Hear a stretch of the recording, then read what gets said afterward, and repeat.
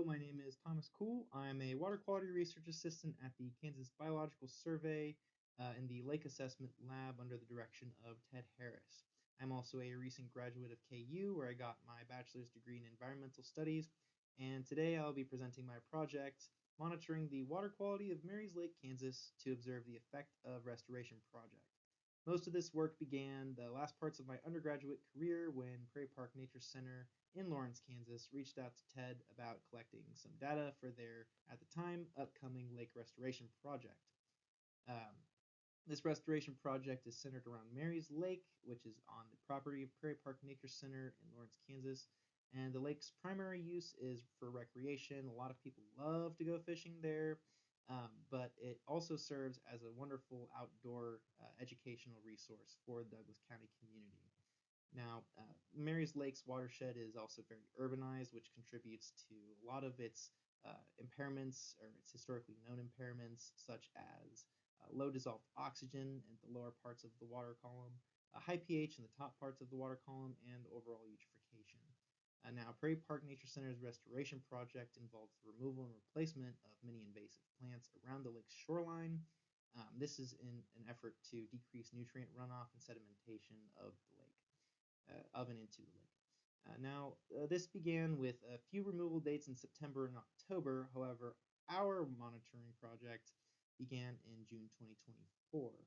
This is in an effort to get some data before the restoration project started so we can hopefully compare that to after to see how effective the project is.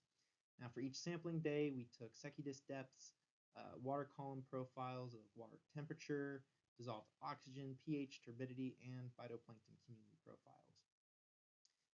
We also took surface water samples, which we sent for nutrient analysis. And then after the first month, we decided to deploy a buoy with 6 hobo temperature loggers for high frequency temperature data collection in between our sampling dates.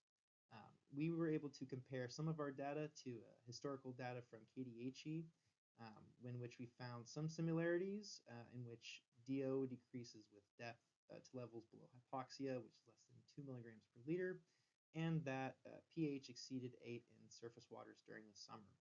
Now, as part of Prairie Park Nature Center's grant proposal, it was noted that blue-green algae was a topic of concern, but we found that blue-greens made up less than 25% of the algal community, with green algae being the dominant phytoplankton group. In figures 2, 3, and 4, you can see some of our main results in which I plotted in our studio. These red circles here represent high wind events which mixed the water column. We also found that during the summer, the lake was typically thermally stratified, and due to high wind gusts exceeding 50 miles per hour, this destratified the lake, mixing it. Now in table 1 at the bottom, you can see some comparisons to the historical data I mentioned earlier, where DO is pretty similar to what KDHE gathered in the past. Now all this data will be compared to future data, which we will collect in 2025 and 2026 to see how effective their restoration project is. I want to thank Ted for letting me take the lead on this project, and I also want to thank Rachel and Dara at Prairie Park Nature Center for allowing us to be a part of this. Thank you for your time.